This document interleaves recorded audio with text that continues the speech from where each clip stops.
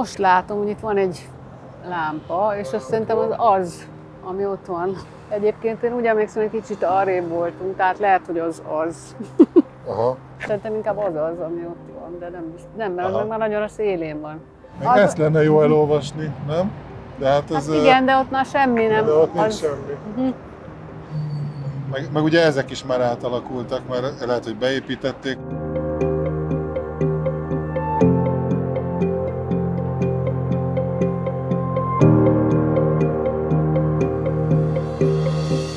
Szilágyi Lenke 1959-ben született Debrecenben, és 1980-ban végzett a kisképző fotószakán, már Budapesten.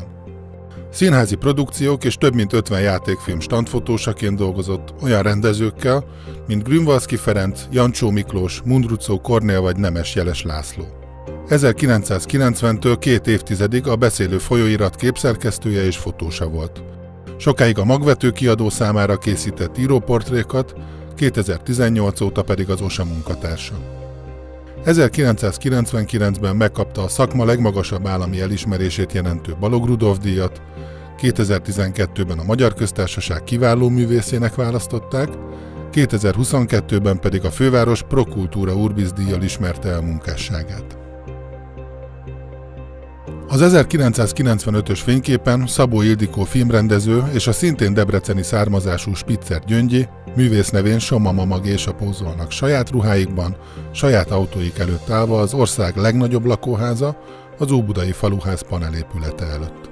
Akkor készítettem egy albumot, aminek az a címe, hogy Fényképmoly. Hát az tulajdonképpen ilyen portrék, de nem ilyen nagyon közeliek, hanem ilyen millióbe. Hát ez ugye rendszerváltás után volt, ugye, amikor az emberek úgy éreztek, hogy most már egy kicsit szabadabban, meg jobban fogunk élni, és akkor hát ugye volt egy ilyen törekvés, hogy ugye be tudnak jönni nyugati dolgok is, meg mit tudom én, tehát hogy jól nézzünk ki legalább, de hát azért egy jobb autóra még nincs pénz, tehát hogy ezek a látványba jelentkező ilyen eklektikus, ellentmondásos dolgok, hogy mennyire ilyen vegyes környezetbe, ilyen szürreális helyzetekbe, meg környezetekbe kerülünk, és tulajdonképpen ezeket kerestem. Én magára a fotózásra emlékszem meg, hogy itt volt, meg így, ahogy már ledöbbentem, hogy mekkora egy ocsmányság ez, ahova idehívott minket.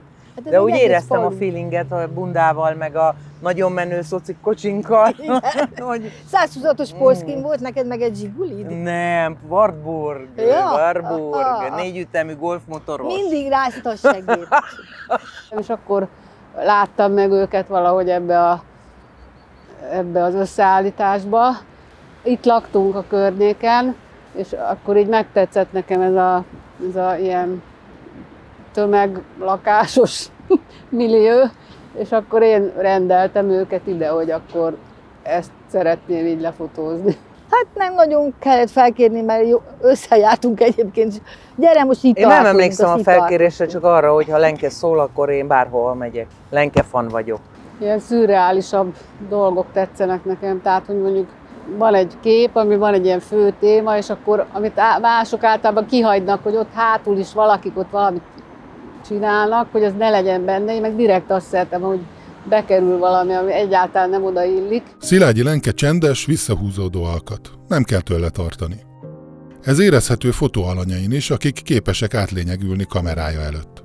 De portréképeiből legtöbbször mégsem a kölcsönös szimpátia, hanem inkább a feltétel nélküli elfogadáson alapuló önazonosság sugárzik. Sokszor szerepet kapnak a fotóalanyok elképzelései is, mert fényképeit alapvetően spontán helyzetekben, de abba belenyúlva, közösen megrendezve készíti. Meg a Lenke egyébként is úgy tud fényképezni, hogy nem veszed észre, hogy fényképez. Igen. Azért ilyen fantasztikus szociófotós, mert olyan szinten beépül a pillanatba, igen. Hogy igen. Nem, egy percig nem zavaró.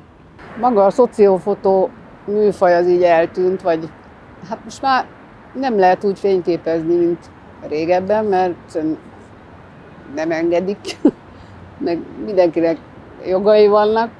Nekem nem kell, arra nincs szükségem, megtarthatják maguknak, viszont a fotósoknak mégiscsak az a dolga, hogy a világot megmutassák a későbbieknek is, tehát ez mindenképpen nehezebb. Szilágyi a 80-as és 90-es években a budapesti underground aktív résztvevője volt. Olyan meghatározó alakokat fényképezett, mint Petri György költő vagy a bizottság együttes tagjai. Hatása kölcsönös, sok művész számára jelentettek inspirációt Szilágyi képei is. A 80-as évek vége, Igen. az a húzat, az az underground húzat, Igen. gyerekek, szóval aki... De mi azt hiszem, hogy pont a legjobb időszakot kaptuk ki. Az volt a legzseniálisabb. Kommunizmus végéből, meg Tilos a Fekete lyuk, szabadrablásos Fiatal Művészek Klubja. kapitalizmus elejéből épp a legjobbat kaptuk ki. Reményteli volt a rendszerváltás, és aztán kurva nagy pofára esés, ahol most vagyunk. Most azért vegyük be ebbe a faluba, ebbe az elképesztő, riasztó panelgettóba a saját lényünket is. Ha majdnem 30 évvel korábban vagyunk, beállunk felvállalva a csodálatos Warburg és Kispolszkinkat, abszolút az új nő büszkeségével, bundában és öntudattal, de nézd meg azt a kis öntudatos fejedet a képen, micsoda büszkeség van abban a fotóban. Igen. Hogy az úgy beleálltunk, hogy leszarjuk, hogy itt vagyunk a szociban, mi akkor is éljük a saját életünket. Nekem ezt hozza, hogy akkor is ott van a szabadság bennem, és egyébként én most dettó ugyanígy érzem magam, hogy akkor is függetlenítettem attól, hogy a rendszer milyen kereteket ad, és most is igyekszem jól érezni magam és szabad maradni. A mi generációnk az időbe bevette a leszarom tablettát, úgyhogy mi így nőttünk föl eleve. Szilágyi Lenke képeiből nem lehetne rekonstruálni a földi életet. Legtöbb fotója bárhol és bármikor készülhetett volna, nincsenek helyhez és legtöbbször korhoz sem kötve.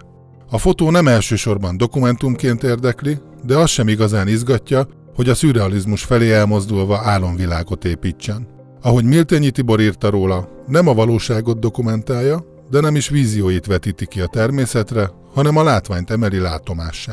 Látok egy képet, és hogy miből lehet megállapítani, hogy mikor készült, de általában meg lehet, szóval, hogy valahogy mindig van valami, ami a dolog levegője valahogy rákerül a képre, egész apró dolgokról, vagy egy frizura, vagy hát a ruhákat, meg a tárgyak állapota, vagy ilyesmi. Tehát, hogy valamiből azért mindig lehet érezni, hogy melyik korba készült.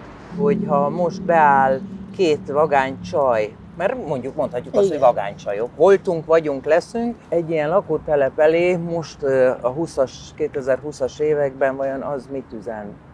Bárhol élsz, bárhol vagy, tök mindegy, az vagy, aki vagy. Nem?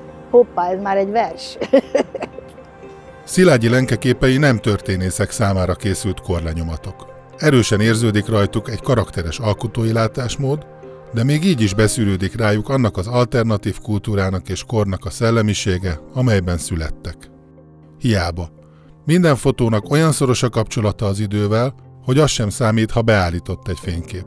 Akkor is üzen számunkra a maga koráról, 3 évtized elmúltával is.